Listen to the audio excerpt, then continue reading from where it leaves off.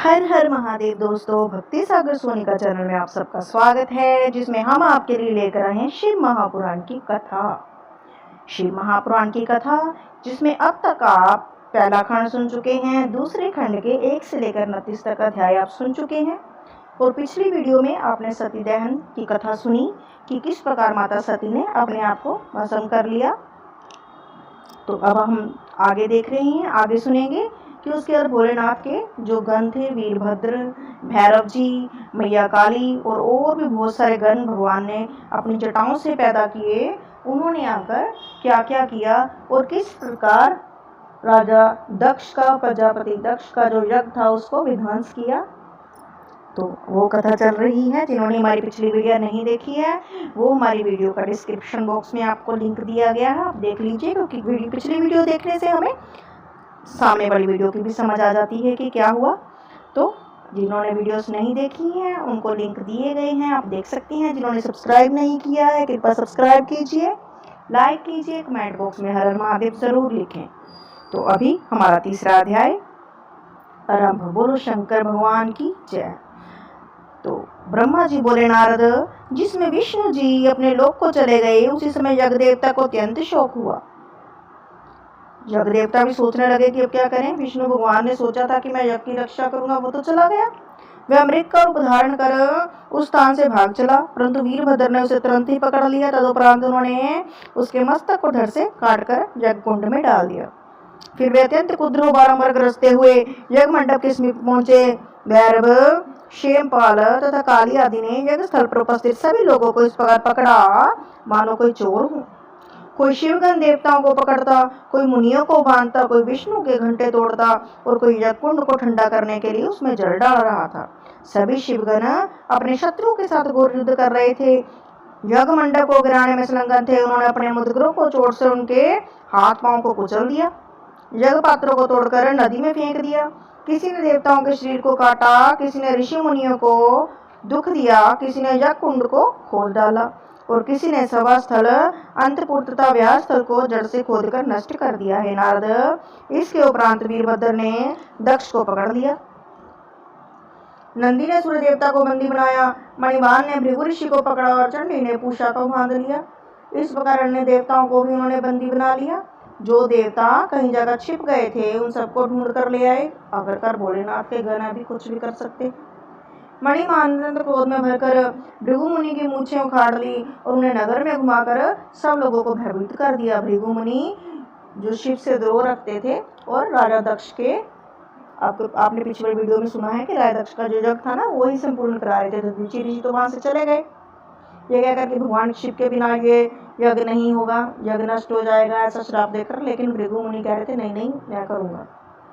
इसी बात की उनको सजा मिल रही थी। नंदीश्वर ने क्रुद्ध होकर भृगु मुनि के नेत्र निकाल लिए, क्योंकि उन्होंने दक्ष प्रजापति को बहकाकर शिव जी के विरुद्ध कर दिया था। जो व्यक्ति शिव जी के विरुद्ध जाने का उपदेश करे उसकी आंखें निकाल लेना ही उचित है। उधर चंडी ने पूषा के उन दांतों को तोड़ डाला जिन्हें खोलकर उन्होंने शिव जी के उपहास किया था। हे नारद, इसके पश्चात वीरभद्र ने क्रोध में भरकर दक्ष प्रजापति के पृथ्वी पर पटक दिया और उसकी छाती पर पांव रखकर सिर काट डालने की इच्छा की, परंतु अनेक हथियारों का प्रयोग करने पर भी वे ना तो दक्ष का मस्तक ही काट सके और ना ही उसे कोई कष्ट पहुंचा सके। यह दशा देखकर वीरभद्र ने शिव जी का ध्यान किया और ध्यान अवस्था में उन्हें आज्ञा प्राप्त की कि दक्ष के सिर को जोर से मरोड़ कर तोड़ डाले। वीरभद्र ने ऐसा ही आचरण किया और उस कटे हुए मस्तक को यज्ञ कुंड में डालकर जला दिया। फिर अत्यंत क्रोध करके उसके शरीर को काट डाला। उस कटे हुए शरीर के हिस्से को कश्यप तथा धर्मराज के हाथों में रख दिया। फिर उन्होंने दृष्ट नेमि को बहुत दुख दिया, अंगिरा ऋषि को लातों से मारा। इस प्रकार उन्होंने विभिन्न भिन्न जो भी वहां पर मुनि, वो जो भी वहां पर देवता जिन्होंने शिव के साथ विरोध किया था उन सबको सजा दी। कश्यप की पत्नी की नाक को उन्होंने अपने नाखों से काट डाला, जिसके कारण देवताओं की माता अदिति उस अंग को ही खो बैठी। अदिति दिति 2 बहनें थी ना, एक सुरों की और एक असुरों की। इस प्रकार जिसके लिए जैसा उचित था उन्होंने उनको वैसा ही दंड दिया, क्योंकि कर्म के अनुसार ही फल मिलते हैं, चाहे वो युग था और चाहे ये युग है। हे नारद, भगवान सदाशिव ने अपने तिरस्कार करने वाले लोगों को इस प्रकार यथोचित फल देकर अपनी महत्ता प्रतिष्ठा की। शिव जी के बिना जो देवता यज्ञ में अपना भाग लेना चाहते थे वे सब मारे गए और फिर घायल हुए। इस प्रकार दक्ष का यज्ञ संपूर्ण रूप से नष्ट हो गया। हे पुत्र, शिव जी से शत्रुता रखने वाले को इस प्रकार दुख भोगना पड़ता है। शस्त्र उपाय करने पर भी जब तक शिव जी का पूजन नहीं किया जाता तब तक किसी को मुक्ति प्राप्त नहीं होती है। शिव जी सबसे बड़े हैं, सबके स्वामी हैं। उनकी महिमा ऐसी अपार है कि आज तक उसे कोई नहीं जान सका। जो लोग प्रेम पूर्वक शिव की सेवा पूजा करते हैं उन्हें किसी प्रकार का दुख नहीं उठाना पड़ता, क्योंकि सदा शिव सदैव उनकी सहायता करते हैं। शिव अपने भक्तों के उस पाप को भी नष्ट कर देते हैं जो पिछले कर्मों के कारण प्राप्त हुआ हो। शिव जी के विपरीत चलने वाला मनुष्य संसार में तो दुख पाता ही है, आने वाले जन्म में भी नरक में वास होता है उसका। शिव जी की आराधना किए बिना जो कार्य किया जाता है उसका परिणाम इस प्रकार दुखदायी होता है। इस प्रकार दक्ष का यज्ञ विध्वंस करने का परंतु वीरभद्र सदा शिव के समीप जा पहुंचे। तो ये था हमारा 30वां अध्याय समाप्तम, 31वां अध्याय आरंभ। अब हमने देखा कि किस प्रकार वीरभद्र ने, भैरव जी ने, माँ कालिका ने और शिवगणों ने सबको दंड दिया। सूत जी ने कहा, हे शौनकादि ऋषियों, ब्रह्मा जी द्वारा इस कथा को सुनकर नारद अत्यंत आश्चर्यचकित हुए। उन्होंने हाथ जोड़कर प्रार्थना करते हुए ब्रह्मा जी से पूछा, पिताजी, शिव जी के बिना विष्णु आदि सब देवता दक्ष के यज्ञ को क्यों चले गए? फिर विष्णु जी ने शिवगणों के साथ मित्रतापूर्वक युद्ध क्यों किया? दक्ष के यज्ञ को बचाने में समर्थ क्यों ना हो सके? ब्रह्मा जी ने उत्तर दिया, नारद, पूर्व काल में मेरा छू नाम का एक पुत्र था, वह राजा था। दधीचि उसका परम मित्र था। वो दोनों नंद पूर्वक अपनी राजधानी में रहते थे। कुछ समय बाद ही छू अपने समान पद के कारण अहंकारी हो गया और अपने आप को सर्वश्रेष्ठ समझने लगा। एक बार उसने च्यवन ऋषि के पुत्र दधीचि के साथ बहुत विवाद किया। छू कहता था कि राजा सबसे श्रेष्ठ है और दधीचि का कहना कि ब्राह्मण सबसे उत्तम है, क्योंकि अन्य सभी लोग जिनमें राजा भी सम्मिलित है ब्राह्मण को प्रणाम करते हैं, परंतु छू उसकी बात को ना मानकर उसके प्रमाण को अपने तर्क द्वारा काटकर यह कहता कि देखो, 8 दिक्पाल जो राजा हैं उन्हें प्रजापति तथा ईश्वर कहा जाता है और सब लोग जिनमें ब्राह्मण भी सम्मिलित हैं उनका पूजन तथा सम्मान करते हैं। इसीलिए तुम्हें भी उचित है कि तुम हमारी पूजा करो। हे नारद, छू की इस बात को सुनकर दधीचि ने अपने बाएं हाथ से उसके मस्तक पर एक थप्पड़ मारा और ब्राह्मण की श्रेष्ठता को प्रमाणित कर दिखलाया। यह देखकर छू ने अपने हाथों में वज्र उठाकर दधीचि को मार डाला। इस प्रकार उस पर विजय प्राप्त की। जिस समय दधीचि पृथ्वी पर गिरकर मरने को था उसी समय अपने गुरु का स्मरण करके अपने प्राण त्यागे। उसकी प्रार्थना को सुनकर शुक्राचार्य शीघ्रता पूर्वक उस स्थान पर आ पहुंचे। उन्होंने दधीचि के छिन्न भिन्न शारीरिक अंगों को एकत्रित करके उन्हें पुनर्जीवित कर दिया। जिस प्रकार जीवन दान आरोग्य प्राप्त करके पश्चात दधीचि ने शुक्राचार्य से कहा कि हे शुक्राचार्य जी, आप मुझे कोई ऐसी युक्ति बताइए जिससे मैं अमर हो जाऊं। यह सुनकर शुक्राचार्य ने उत्तर दिया, दधीचि, ऐसा वरदान केवल शिव जी ही दे सकते हैं। ब्रह्मा विष्णु आदि देवता भी उन शिव जी के चरण सेवक हैं। उन्हीं की सेवा द्वारा मैंने संजीवनी विद्या प्राप्त की है। उनका मृत्युंजय नाम तीनों लोकों में प्रसिद्ध है। उनकी कृपा प्राप्त करके बाणासुर अमर हो गया और वह सब राजाओं, मुनियों तथा ब्राह्मणों में श्रेष्ठ बनकर शिवपुरी में निवास करता है।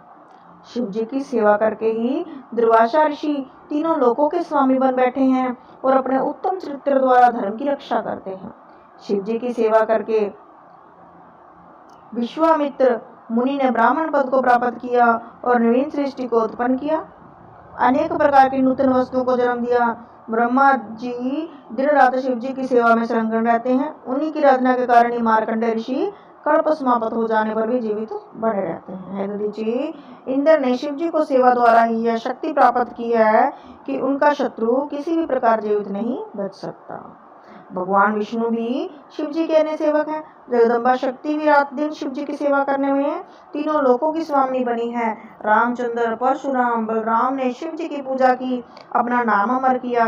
वेगटांगिरस तथा गौतम ऋषि ने शिव जी का पूजन करके मृतक प्राप्त किया। बृहस्पति ने भी शिव जी की सेवा द्वारा उच्च पद प्राप्त किया है। इंद्रदेव मुनि बिना इच्छा के ही शिव जी का नाम ले लेने के कारण शिव गणों में सम्मिलित हो गए। वैश्यवर्ण नंदी ने शिव जी की सेवा द्वारा उच्च पद को प्राप्त किया। महाकाल पूर्व जन्म में अक्सर वेद विरुद्ध कार्य करते थे, परंतु शिव जी की सेवा कारण ही उन्होंने मुक्ति पद प्राप्त किया। ब्रह्मा विष्णु ने परस्पर विवाद करने के उपरांत भी शिव जी के आदि तथा अंत को नहीं पाया। एक बार एक राक्षसी ने धोखे से शिव मंदिर को धोया। उसी पुण्य के कारण मैं कैलाश में जा पहुंची और फिर एक राजपुत्री के रूप में उत्पन्न हुई।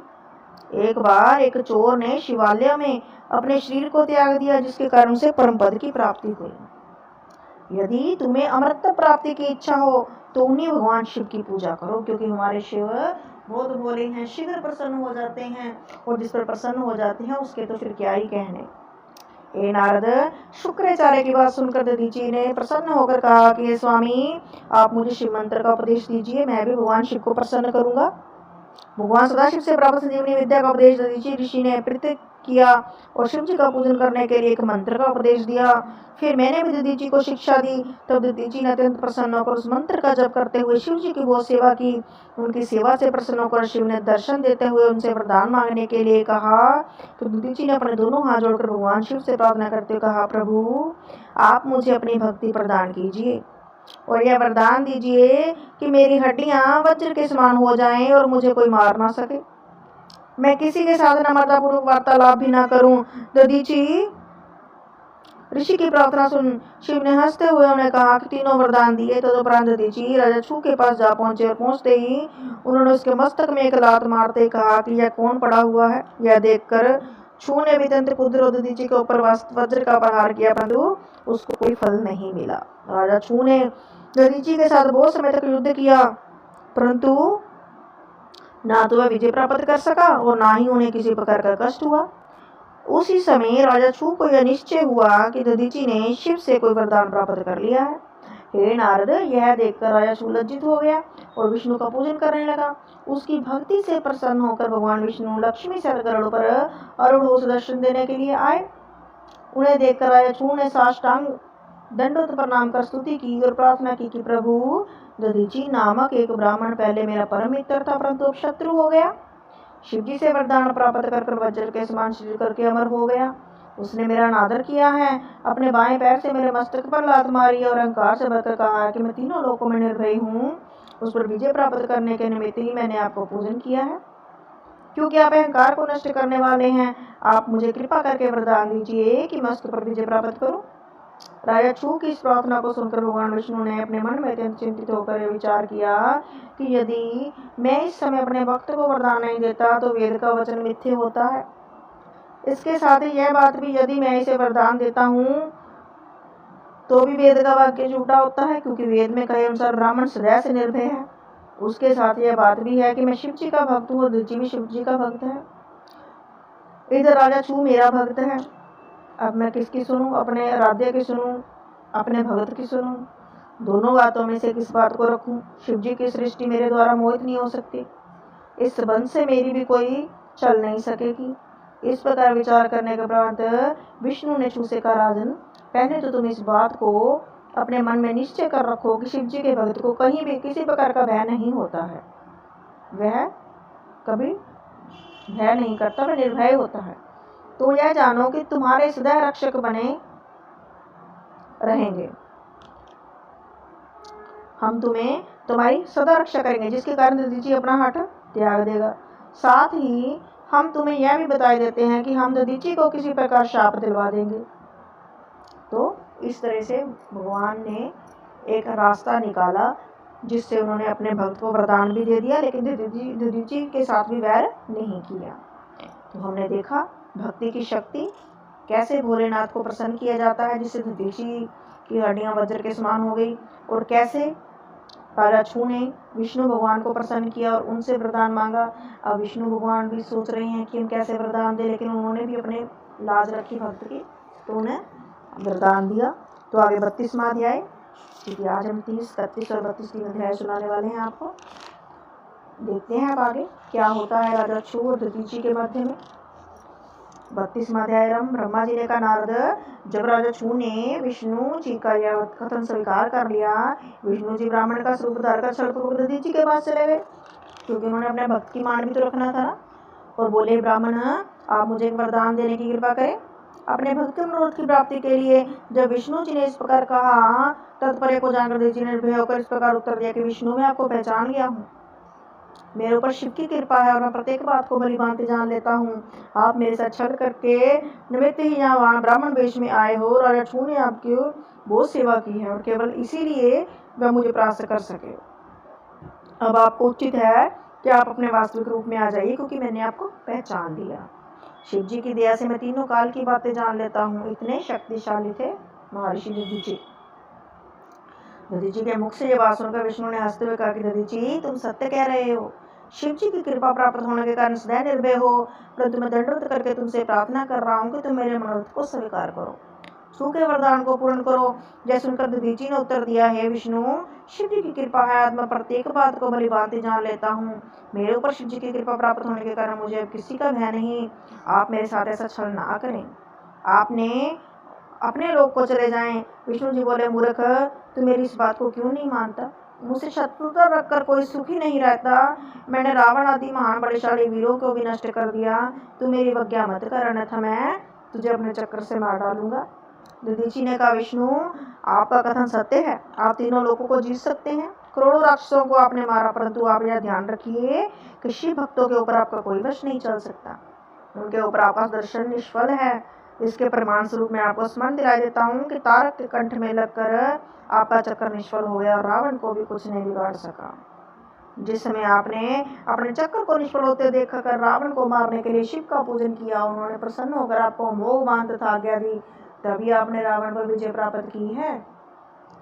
तो देखा, हमने सुना कि जब विष्णु भगवान चक्कर, हम कहते हैं ना, दर्शन चक्कर उठा ले भगवान विष्णु तो किसी को भी खत्म कर देते हैं, लेकिन यहाँ लड़ाई शिव भक्त के साथ रावण के साथ थी।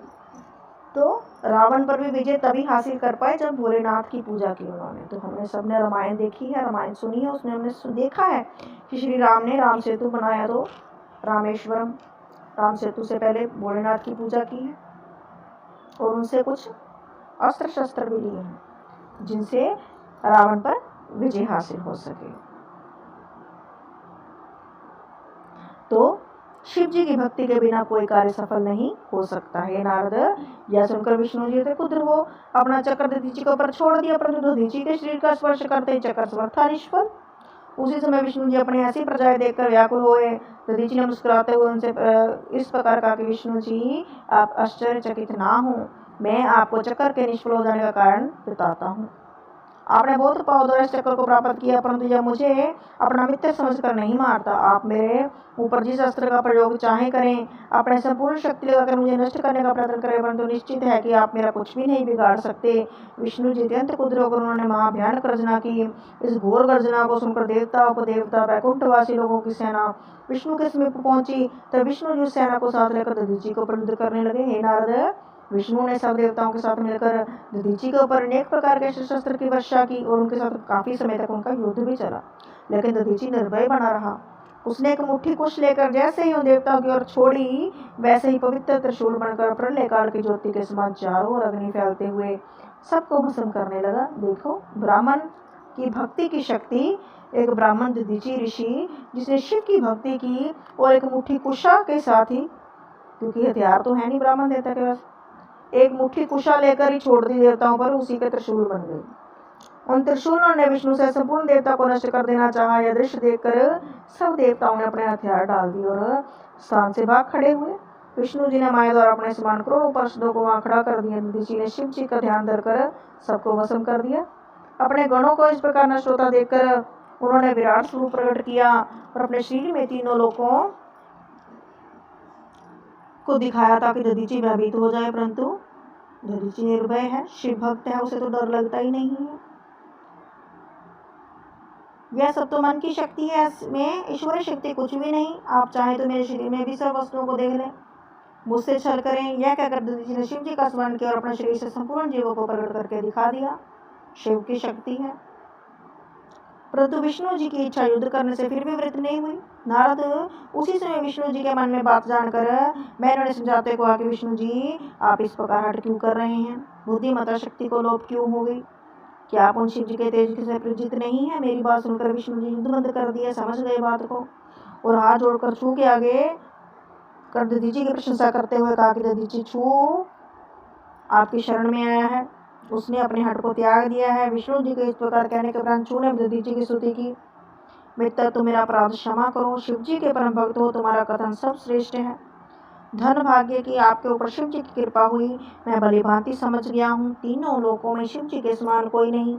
राजा छू के ये सब सुनकर दधीचि भी उसके ऊपर बहुत कृपा दिखाई। शिव भक्तों की यही रीति है कि कोई थोड़ी सी उनकी तारीफ करे तो उन पर पिघल जाते हैं, बड़ी जल्दी उनको शरण में ले लेते हैं, उस पर वे तब कृपा रखते हैं। दधीचि ने उस समय विष्णु तथा देवताओं को यह शाप दिया कि तुम लोगों ने शिव भक्त की महिमा को नहीं समझा, इस प्रकार तुमने भगवान सदाशिव का निरादर किया है। तुम सब रुद्र के क्रोध में पड़कर उनसे पराजित हो गए। विष्णु जी भी अपने पार्षदों के साथ इसका फल प्राप्त करेंगे, क्योंकि दधीचि ऋषि ने शिव भक्त के साथ युद्ध किया और उसको असफल करने की कोशिश की, पराजित करने की कोशिश की। तो दधीचि ऋषि के आशीर्वाद के कारण, श्राप के कारण ही ये जो युद्ध था वो हुआ। ये कारण था विष्णु भगवान का शिव के गणों के साथ युद्ध करने का।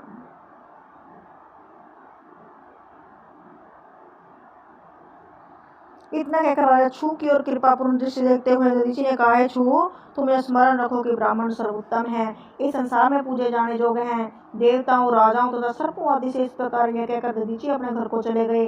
विष्णु जी भी उन्हें प्रणाम करके उपरांत चिंतित मन से अपने लोक को लौट गए। ब्रह्मा जी, विष्णु तथा सनकादिकों को पहले तो अपने हृदय में बहुत ही ग्लानि तथा दुख हुआ, परंतु जब उन्होंने अहंकार रहित होकर शुद्ध बुद्धि से यह पहचाना कि शिव जी सबसे उत्तम है, तो उनका खेद नष्ट हो गया। वह स्थान हरगुण तीर्थ तथा स्थानेश्वर के नाम से प्रसिद्ध हुआ। उस तीर्थ को सेवा करने से संपूर्ण दुख दूर हो जाते हैं। जो मनुष्य स्थानेश्वर तीर्थ में जाकर शिव जी की पूजा करता है वह संपूर्ण सुखों को प्राप्त करता है। दधीचि तथा छू की यह कथा जो पढ़ेगा और जो सुनेगा, संपूर्ण शोक नष्ट हो जाएंगे, उसके दुख खत्म हो जाएंगे, उसके आवागमन से रहित हो जाएगा। मनुष्य इस कथा को सुनकर इस किसी युद्ध क्षेत्र में जाएगा, उसकी निश्चय रूप से विजय होगी, अथवा वह श्रेष्ठ मृत्यु को प्राप्त कर शिवलोक को पहुंचेगा। बोलो शंकर भगवान की जय, माता पार्वती की जय। तो ये था हमारा 29वां, 30वां, 31वां और 32वां 3 अध्याय जो हमने आपको सुनाए, जिसमें हमने बताया कि किस प्रकार दधीचि ऋषि के श्राप की वजह से ये जो युद्ध हुआ शिवगण और विष्णु भगवान के बीच में, और कैसे दक्ष प्रजापति का जो यज्ञ था उसमें हाहाकार मचा हुआ है। तो ये कथा और सुनने के लिए हमारे साथ बने रहें। यदि आपको हमारी कथा अच्छी लगे तो लाइक, सब्सक्राइब और शेयर जरूर करें। कमेंट बॉक्स में जय श्री राधे जरूर लिखें। धन्यवाद।